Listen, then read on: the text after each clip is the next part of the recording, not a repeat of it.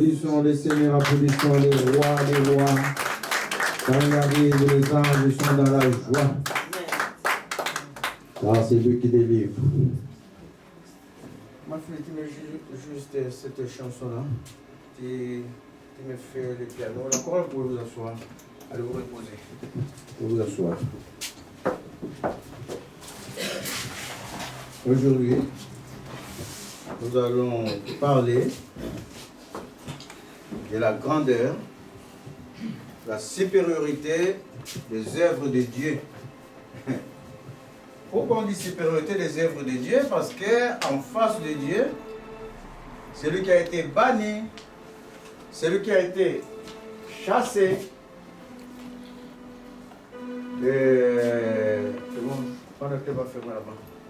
celui qui a été chassé, celui qui a été banni, c'est celui-là qu'on appelle Satan le diable. Satan le diable.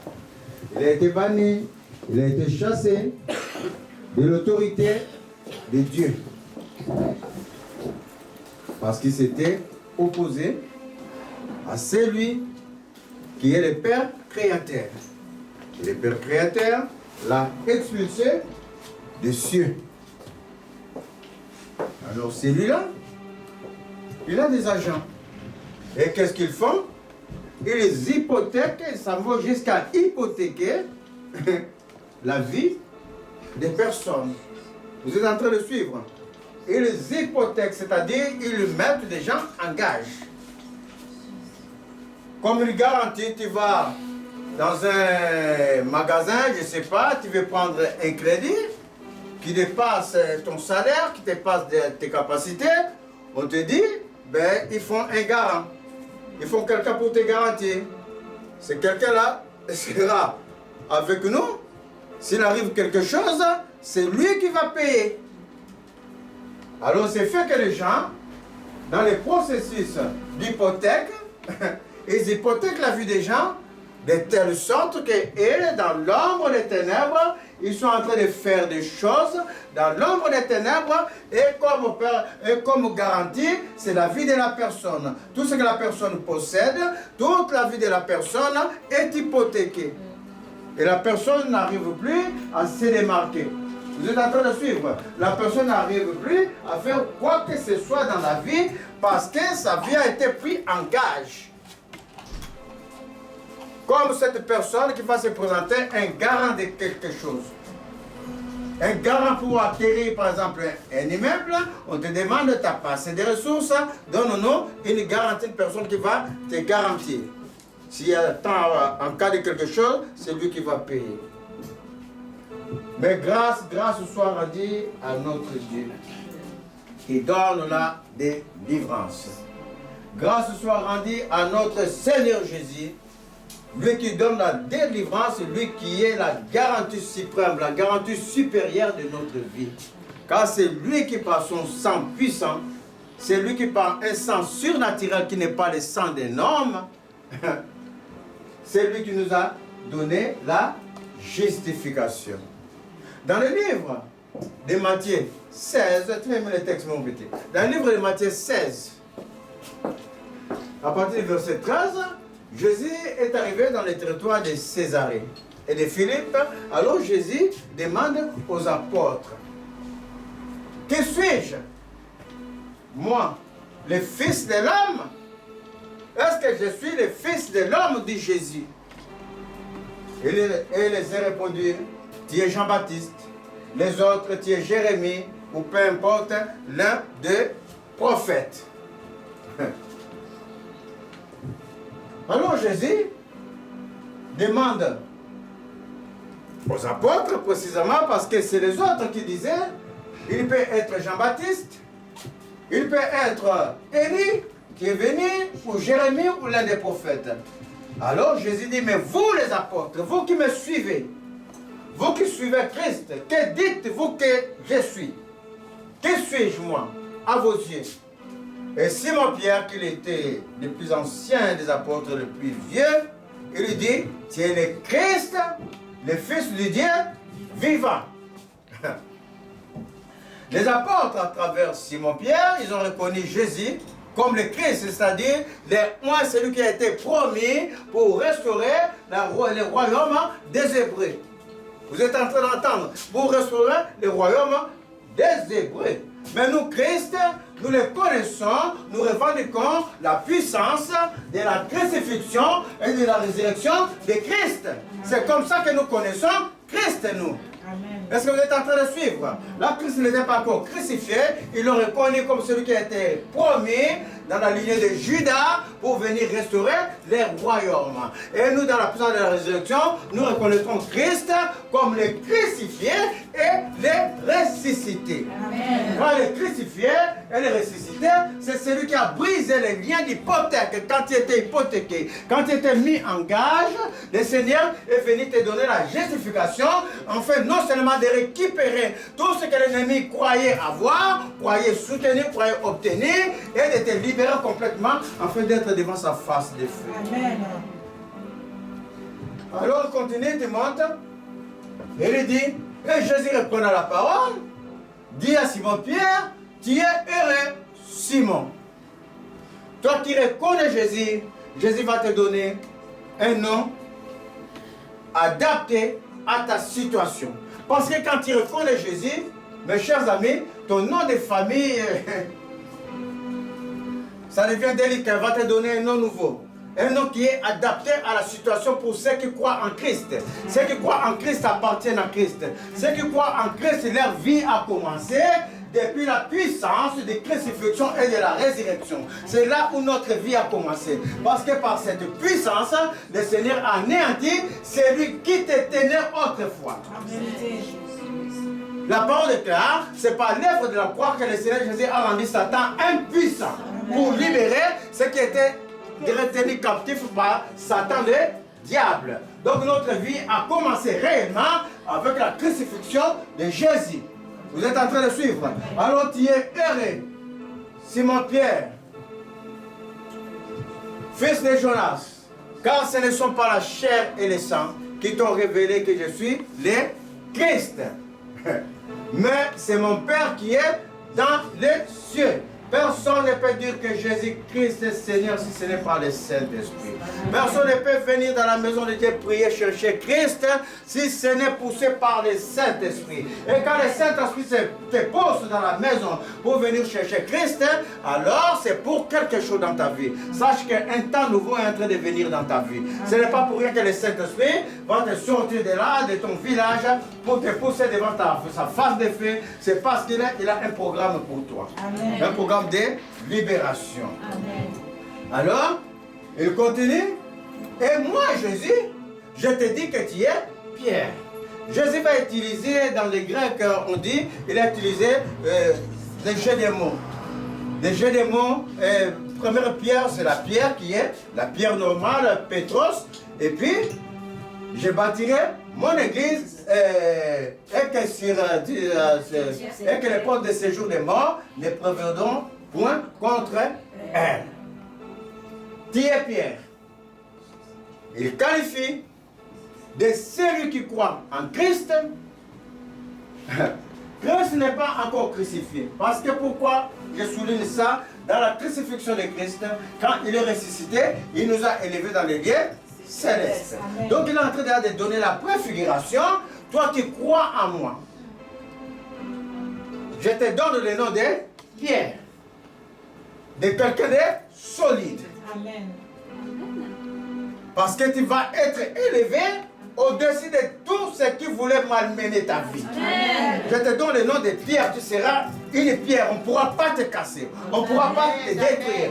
Le séjour des morts, Simon-Pierre, que cette pierre, et sur cette pierre, je bâtirai une change, la deuxième pierre, et sur cette pierre, je bâtirai mon église, et que les portes du séjour des morts ne prévaudront point contre elle. Tu seras tellement solide parce que ta source, c'est moi. C'est moi qui t'ai bâti à moi. Tout ce qui est de contradictoire dans ta vie, tout ce que les gens ont misé dans ta vie, ne pourra plus subsister. Et tout ce qu'ils voudront faire ne pourra plus t'atteindre parce que moi, je t'ai fermé. je donnerai les clés du royaume des cieux, et ce que tu lieras sur la terre sera lié dans les cieux, et ce que tu lieras sera délié dans les cieux. Est-ce que je n'ai pas sauté? Pourquoi il n'y a pas les rocs? Sur cette pierre, je ne connais pas cette traduction-là, mais peu importe. Sur cette pierre, il a dit, tu es Simon, fils de Jonas, il t'appelle Pierre. Mais sur cette pierre, donc ça change la consonance de la parole, ça change les jeux de mots. La première, Jésus a qualifié Pierre de pierre qui est solide, mais sur cette pierre devient plus tard les rocs. Sur cette pierre qui devient les rocs incassables, un roc solide, moi Jésus, je bâtirai mon église. Est-ce que vous êtes en train de suivre? Je bâtirai mon église sur laquelle les séjours des morts ne prévaudront pas. Prochainement, tu branches là-bas. Ne prévaudront pas. Je donnerai les clés du royaume des cieux. Il n'a pas dit je donnerai les clés de l'église. On est en train de parler du royaume de Dieu dont l'église fait partie. Dans le royaume de Dieu, il y a des manifestations spirituelles. Dans le royaume de Dieu, tout est spirituel. Je donnerai les clés de mon royaume, la spiritualité de mon royaume, l'autorité et la puissance de mon royaume. Je te les donnerai à toi qui es le roc de l'église. Il n'a pas dit les clés de l'église. Les clés de l'église, c'est la foi, croire en Christ. Amen. Mais les clés du royaume, c'est autre chose. C'est contre les dominations. C'est contre les autorités. C'est contre tout ce qui est en train de se tramer dans ta vie, qui nécessite une puissance surnaturelle. Jésus dit, à cela, moi, je te donnerai les clés du royaume. C'est-à-dire le pouvoir, l'autorité qui est ancrée en Christ. Et ce que tu lieras sur la terre sera lié dans les cieux. Il n'a pas encore été crucifié et ressuscité. Mais il a déjà donné les lignes directives de celui qui croit à la puissance de la résurrection de Christ. Parce que nous croyons à sa puissance, à sa mort et à sa résurrection. Parce que nous croyons que nous sommes morts avec Christ, notre vie a été enterrée avec Christ et nous sommes ressuscités à nouveauté de vie. Et parce que nous croyons qu'il nous a placés dans les lieux célestes, au-dessus des démons, au-dessus des sorciers, au-dessus des gens qui hypothèquent nos vies. Jésus dit, ce que nous déclarerons dans notre bouche, ce que nous dirons ici sur la terre, sur notre vie, sera lié dans les cieux. Et quand tu dis des paroles, ça veut dire que ce que toi tu annonces, personne ne peut l'abroger. Ce que toi tu ouvres, personne ne pourra fermer. Donc, mes chers amis, ce que tu détruis, personne ne pourra plus le remettre dans ta vie. Parce que c'est le roc du Seigneur. Tu délieras dans les cieux et sera délié dans les cieux. Montre mon petit. Alors, il recommanda aux disciples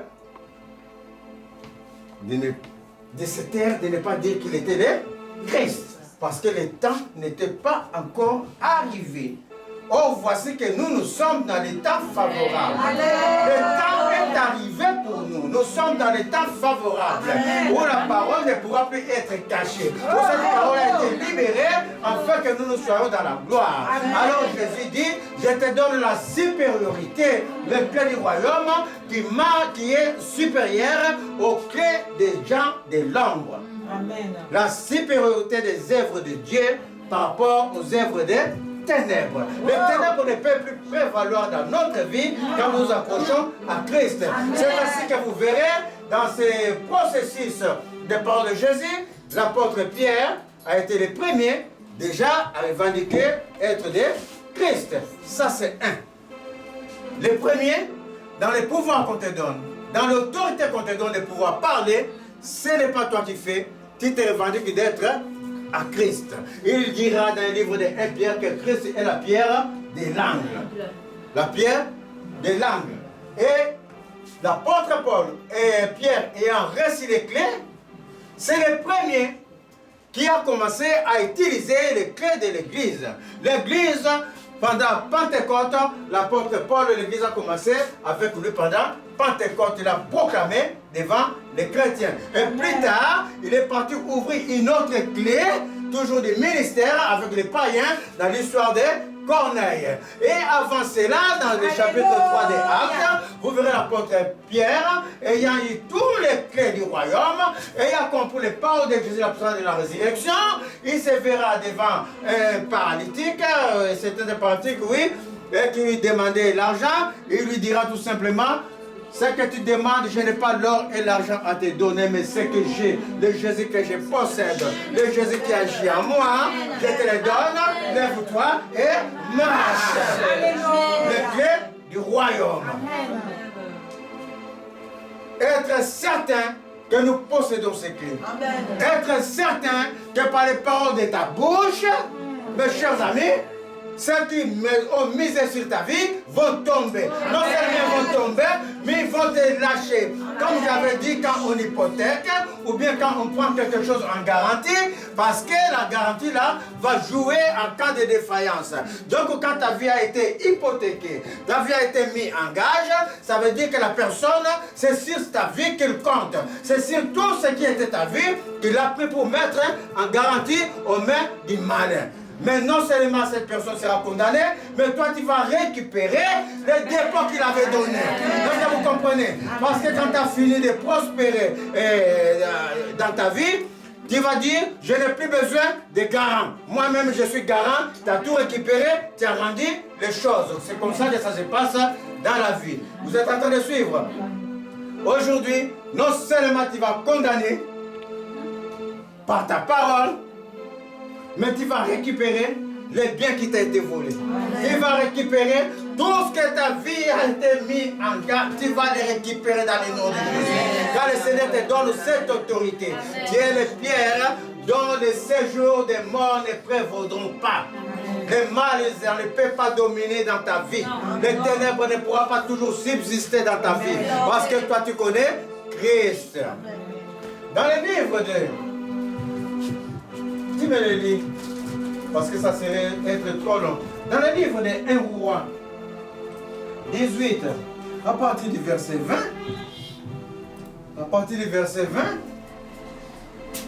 il y a eu un certain monsieur, Élie, le Tchibite. On ne sait d'où il est sorti, on n'a pas mentionné son père, sa mère, la généalogie, mais ce n'était pas important. Ce qui était important, c'était lui dans l'ombre, était quelqu'un qui priait le Seigneur. Dans l'ombre où il était caché, parce que des fois quand tu es en train de suivre le Seigneur, tu es dans l'ombre, tu es sous coulisses. Mais quand on va te voir, quand tu vas paraître, mes chers amis, tu vas paraître avec Christ. Quand tu vas paraître avec le Saint-Esprit. Le Saint-Esprit, quand il apparaît avec toute la gloire. Non seulement les ennemis se dispersent, il y a la délivrance, les chemins s'ouvrent par la puissance du nom de Jésus. Alors, c'est Élie, il a réuni les enfants d'Israël parce que le mal subsistait dans cette société. Où régnaient Akab et Jézabel. Ils ont assujetti les enfants d'Israël par l'idolâtrie, par la sorcellerie. Jézabel est la plus grande sorcière que la Bible a nommée. Et il y avait une grande idolâtrie qu'il a amenée dans la maison de Dieu. De telle sorte que même les rois tombaient dedans. On sacrifiait même les enfants à cette époque à des statues. Au-delà de ça, vous verrez, c'est des gens qui font des incantations, des imprécations, c'est des gens qui prennent la vie des autres en captivité. Ils hypothèquent la vie d'autres personnes parce que c'est l'idolâtrie.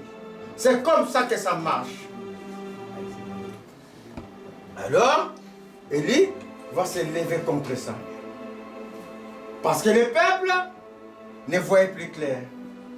Figurez-vous que le peuple devrait suivre Dieu, mais le peuple avait un penchant sur l'idolâtrie. Ce peuple, c'est vous et moi. Quelquefois, on est à l'église, mais nous utilisons encore des amulettes. Quelquefois, nous sommes dans l'église, nous croyons que ce que nous avons connu des ancêtres peuvent nous sauver. Quelquefois, nous sommes à l'église, nous mélangeons, nous clopons des deux pieds, comme dira Élie, un pied pour le Seigneur, un pied pour les choses des ténèbres. Les choses des ténèbres qui sont des choses de coutume. Des choses de coutume qui sont des choses d'idolâtrie. On va croire à toutes ces choses. Mais pendant ce temps, notre cœur est pour le Seigneur. Donc, on n'est pas situé. On est entre deux choses. Pendant ce temps, le Seigneur veut agir totalement dans ta vie.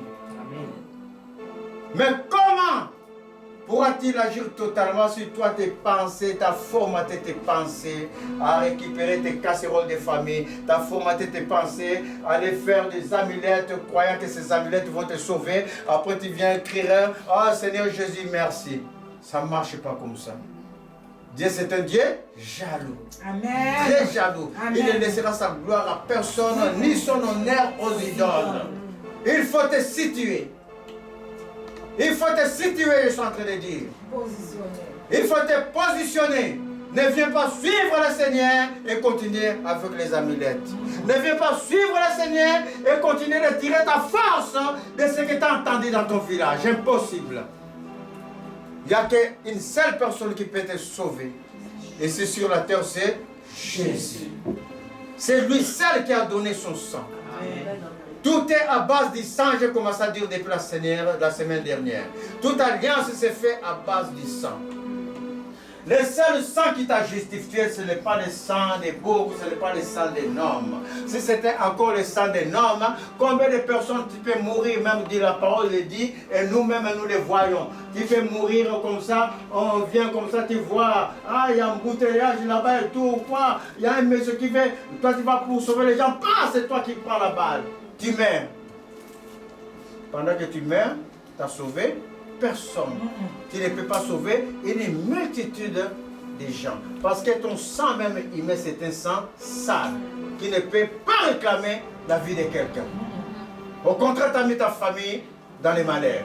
Tu as mis tout le monde dans la débandade. Mais il y a un sang qui vient de Dieu. Ce n'est pas un sang d'homme. Un sang qui vient de Dieu. Et c'est ça quand ça a coulé, c'est ça a coulé une fois pour toutes. Alléluia. Et quand ça a coulé, c'est pour te libérer une fois pour toutes. Ça ne va pas couler plusieurs fois. Parce que toi tu crois, je suis en train de dire, tu verras les effets de ce sang dans le nom de Jésus. Parce que toi tu crois cela, je suis en train de dire, tu verras ta délivrance. Amen. Tu vas récupérer tout ce que tu as raté dans le nom de Jésus. Non, c'est parce que tu n'as pas raté en réalité. Tes affaires, en réalité, ce que tu voulais faire était hypothéqué, était pris en gage. Tu vas les récupérer. Amen. Ça veut dire que tes grâces sont là. Amen. Mais c'était retenu par quelqu'un. Vous êtes en train de suivre. Qui trafiquait avec les malins. Moi aujourd'hui, dites avec moi, ton temps est fini. Ton temps est fini. Toi qui croyais tenir ma vie, ton temps est fini. Parce que vous allez tout récupérer dans le nom de Jésus. Amen. Il y a un seul sang qui a coulé. Un sang de grâce. Le sang de Dieu lui-même, qui est le dernier sacrifice. Pourquoi le dernier sacrifice? Parce que pour attacher encore quelques alliances de sang, il faut aller chercher le sang de Dieu, surpasser le sang de Dieu. Oh, tu ne peux pas. Tu ne peux pas annuler le sang de Dieu, surpasser le sang de Dieu, parce que en haut de Dieu, il n'y a personne. C'est Dieu lui-même. Or, moi, il n'y a point de Dieu qui existe. Amen. Je suis l'alpha et je suis l'oméga. Donc, c'est le dernier sang qui a coulé. Il n'y a pas un autre sang qui va encore couler, qui va surpasser à l'auteur le Seigneur. Ça n'existe pas. C'est lui qui existe par lui-même. C'est lui qui a créé toutes choses et c'est lui qui a coulé son sang pour te racheter. Amen. Je suis en train de vous exhorter à vous attacher au sang de Jésus, à vous attacher à ce sang surnaturel, ce sang, je ne sais pas comment les qualifier, mais ce sang de délivrance. Amen. Alors, Élie va exhorter les gens, tu me dis, à ne plus couper les deux pieds. C'est trop long, c'est pour ça qu'il ne veut pas lire. Il va dire dans le verset 20. Oui. Akab envoya des messagers vers tous les enfants d'Israël. Parce qu'Élie a défié maintenant Akab. Est-ce que vous êtes en train de voir l'autorité qui est Pierre? Au-dessus de cette pierre, je bâtirai mon église. Akab était tellement méchant et sa femme tellement méchante qu'il a si je tissé les prophètes. Parce que quand les prophètes ne voulaient pas aller avec cette femme, les prophètes était enfermé, était en prison. Et tout ça là au vu et au su de son mari. Que sa femme, parce que c'était l'idolâtrie qui était comme ça. Alors Élie s'approcha de tout le peuple de tout le peuple de Dieu. et dit, jusqu'à... Je suis en train de m'approcher de tout le peuple de Dieu dans cette église. Tous ceux qui croient en Christ, cette parole nous est destinée. Amen. Alors Élie dit, Jusqu'à quand boiterez-vous des deux jusqu'à côtés? quand boiterez-vous des deux côtés? Si l'Éternel est Dieu, allez après lui. Mais si c'est Baal, allez après lui. Et le peuple ne répondit rien. Si c'est Dieu que tu suis en venant ici, va vers Dieu dans la sincérité, dans la vérité. Va vers Dieu dans la justice et en t'accrochant à la puissance de la crucifixion et de la résurrection de Christ. Amen. Nous prêchons Jésus-Christ crucifié et ressuscité. Amen. De notre gloire. Si c'est Dieu que tu veux, attache-toi à Dieu. Amen. Mais si c'est Baal, si c'est les œuvres des ténèbres, à qui tu crois que ça serait ta délivrance, eh bien, attache-toi au Baal. Laisse le Seigneur tranquille. Le Seigneur ne se mélange pas. Pour venir en toi complètement dans ta vie, pour complètement te délivrer, le Seigneur veut que tu te positionnes. Amen. Alors, qu'elle nous donne, et elle dit, je suis resté seul des prophètes de l'Éternel. Il était resté seul des prophètes. Pourquoi? Parce que tous les prophètes qui étaient des hommes de Dieu sont tombés par Jézabel. Il les a entraînés, non seulement dans l'immoralité, mais dans l'idolâtrie. Et Élie est resté ferme pour l'Éternel. Amen. Élie a dit, mon Dieu, c'est mon Dieu, il est l'alpha, il est l'oméga. Ça peut bouger, ça peut trembler. Mais tant que mon Dieu n'a pas dit les derniers mots, moi, Élie, je vais braver ces démons. Je vais braver ces prophètes. Tant que mon Dieu n'a pas dit les derniers mots, je suis en train de dire, il faut dire, je vais arracher ce que vous avez retenu captif. Je vais récupérer mes biens. Je vais récupérer mes biens selon ce que le Seigneur a déterminé dans ma vie. Amen. Alors, Élie dit qu'on mette est devant 450 prophètes de Baal.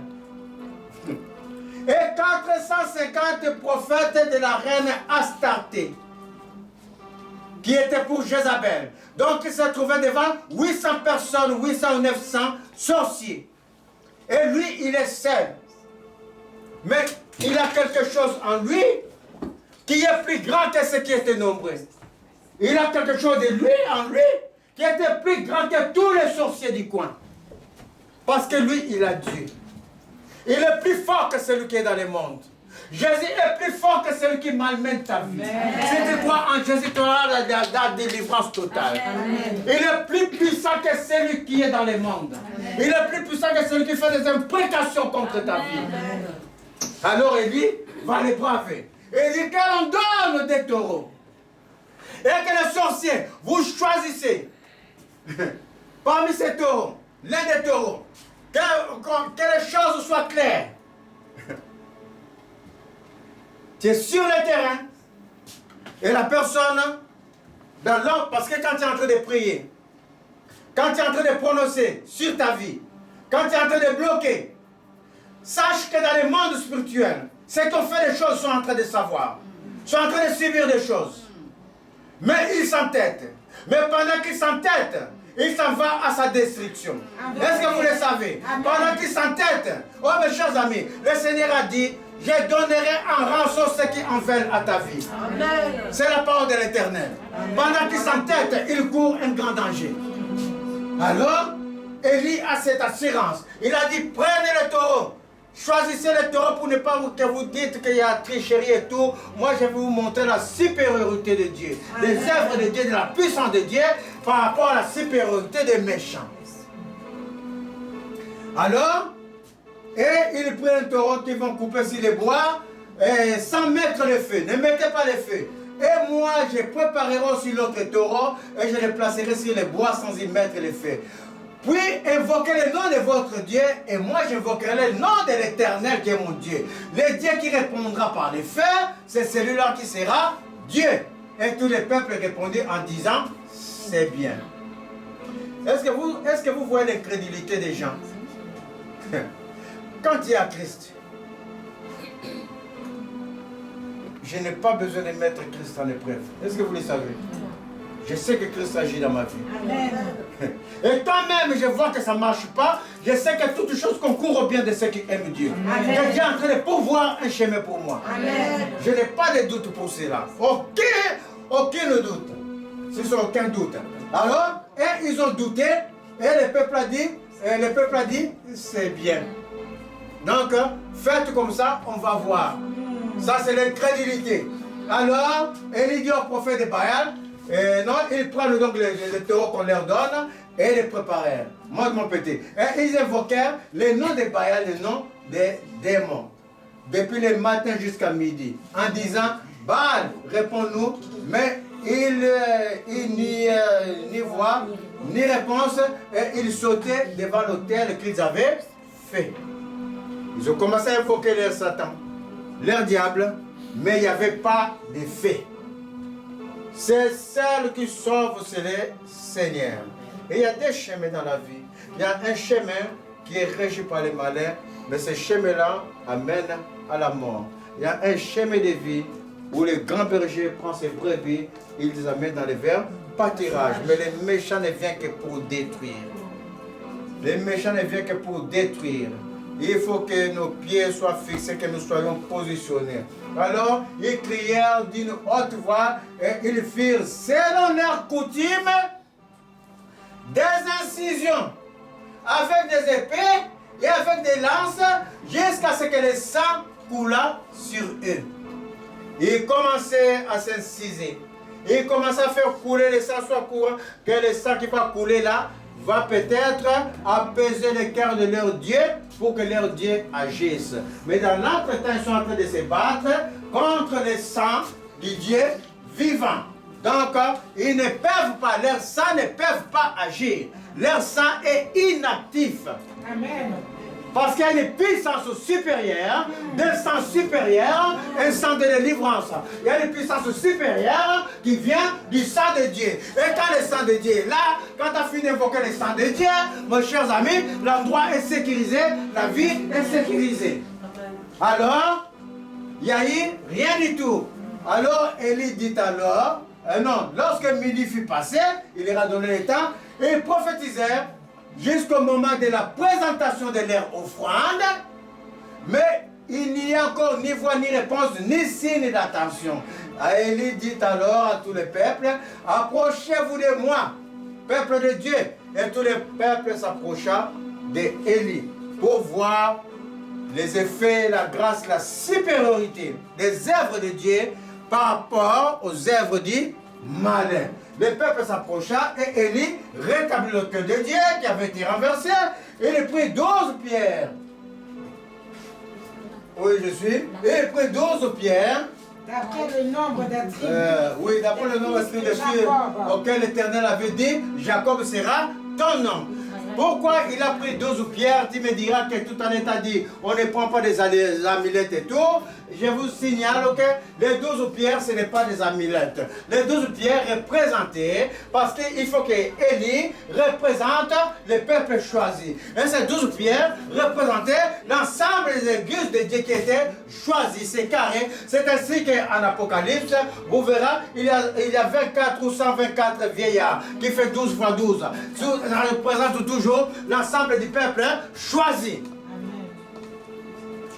Donc, Élie n'était pas seul. Élie va avec tout le peuple de Dieu qui était assujetti, donc vous et moi. Amen. Parce que quand tu es en train de proclamer, quand ils sont en train de proclamer dans le monde spirituel, ceux qui sont en train de suivre, ceux qui verront même la vidéo, ils seront délivrés par le seul sang de Jésus. Alors Élie amène tout le peuple de Dieu avec lui. Il y bâtit donc avec ses pierres un autel au nom de l'Éternel.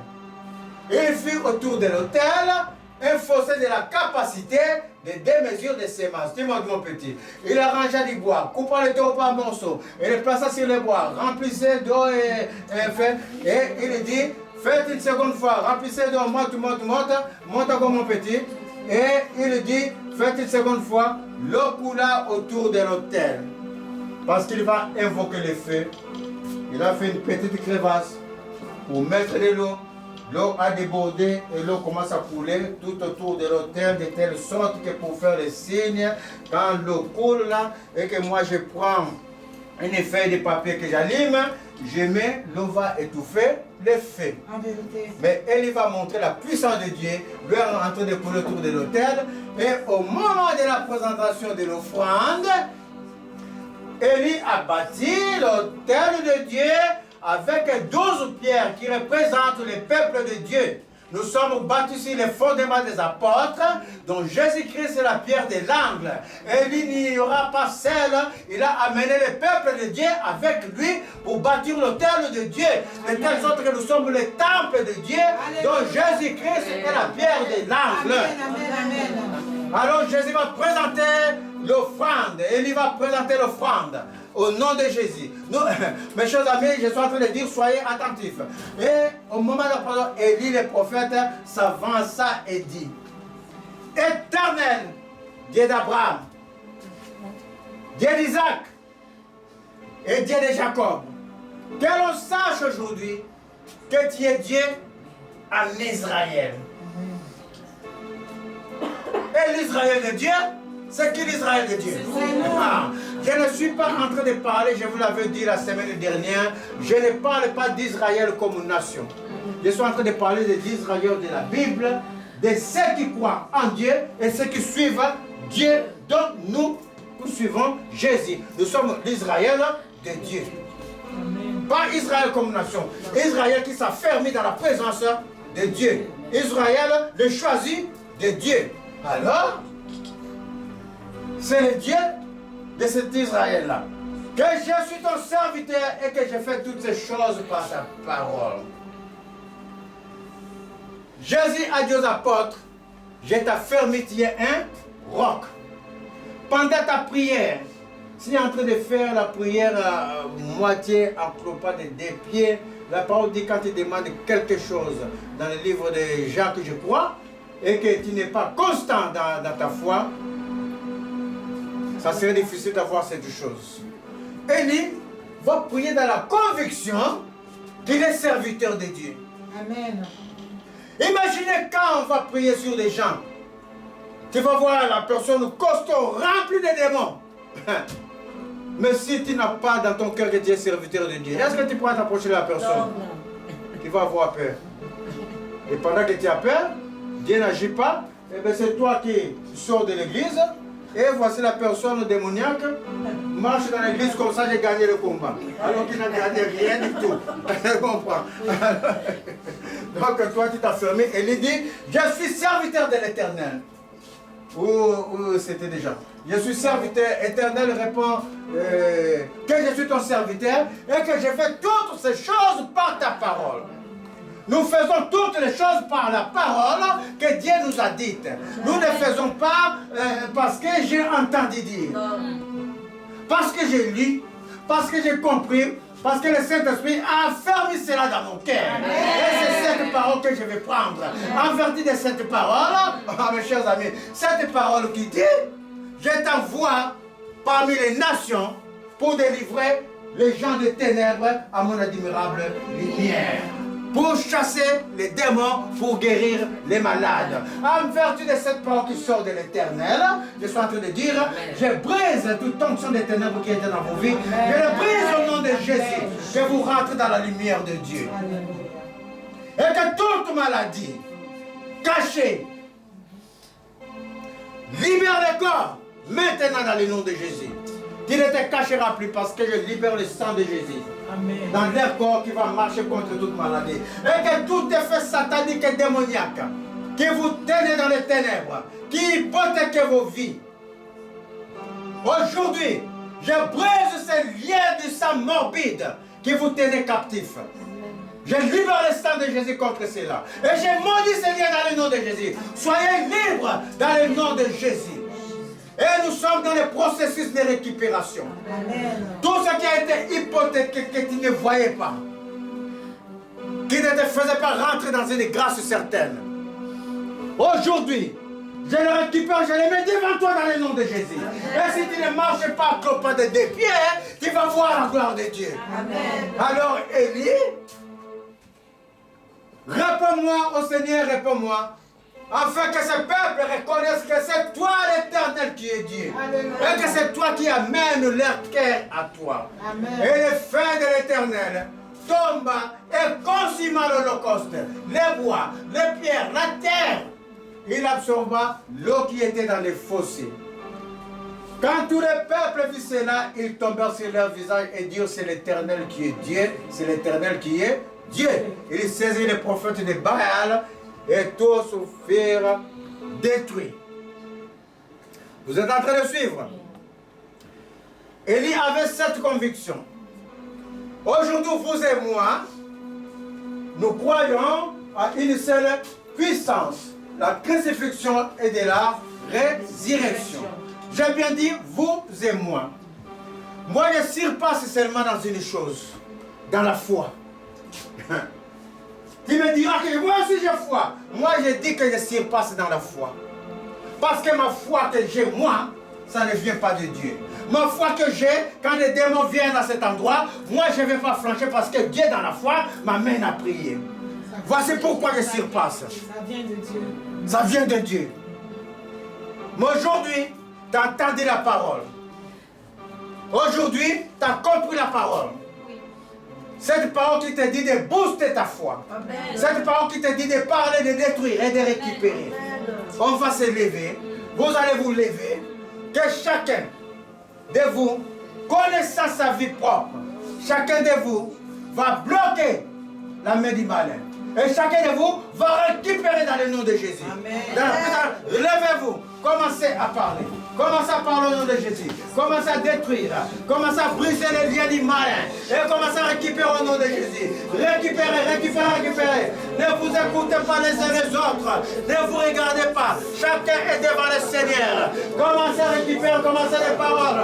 Lancez, lancez, lancez les paroles de libération. Libérez-vous. Le Seigneur vous a donné l'autorité. Il vous a donné l'autorité en toutes choses pour récupérer. Libérez, libérez, libérez, libérez. Libérez-vous, récupérez. Récupérez vos grâces. Voilà, c'est ça du nom de Jésus. Récupérez, récupérez, récupérez. Récupérez. Récupérez, récupérez, récupérez. Ne vous écoutez pas les uns les autres. Ne vous écoutez pas. Récupérez, récupérez, récupérez. Récupérez dans le nom de Jésus. Oh oui, défrisez. Que les méchants, les méchants, nous te chassons. Je te chasse, je te chasse. Énergie par la puissance, par l'autorité de l'évêque de la foi. Tout ce que tu avais hypothéqué. Aujourd'hui, je le récupère au nom de Jésus. Et je mangerai les fruits de l'arrière de la nouvelle saison. Quand je récupère toutes choses dans le nom de Jésus. Dans le nom de Jésus, récupérez, récupérez, récupérez, récupérez, récupérez au nom de Jésus. Dans le sang de Jésus, le sang de la justification. C'est le seul sang, c'est le seul sang qui vous a racheté. C'est le seul sang qui vous a donné gloire. C'est le seul sang qui vous a justifié. Il n'y a pas un autre sang. Il n'y a pas un autre sang. Il n'y a pas un autre sang qui peut marcher contre vous. Récupérez, récupérez au nom de Jésus. Récupérez, récupérez au nom de Jésus. Récupérez au nom de Jésus. Récupérez, récupérez, récupérez. Récupérez. Par la puissance du nom de Jésus.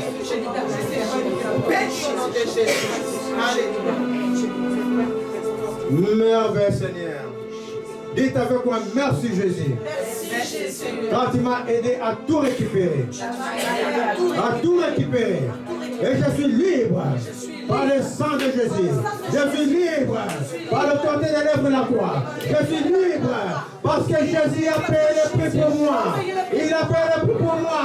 Je ne suis plus hypothéqué. Je ne suis plus hypothéqué. Moi aime bien. Moi et ma famille. Je suis libre dans le nom de Jésus. Je suis libre dans le nom de Jésus. Je récupère tout. Et que toute forme de puissance qui va essayer encore. Oh, qui va essayer encore de venir à ma vie. Sera confondu, terrassé dans le nom de Jésus. Sera confondu, mis à nu dans le nom de Jésus. Merci Seigneur. Merveille Seigneur. Merveille Seigneur. Soyez bénis. Amen.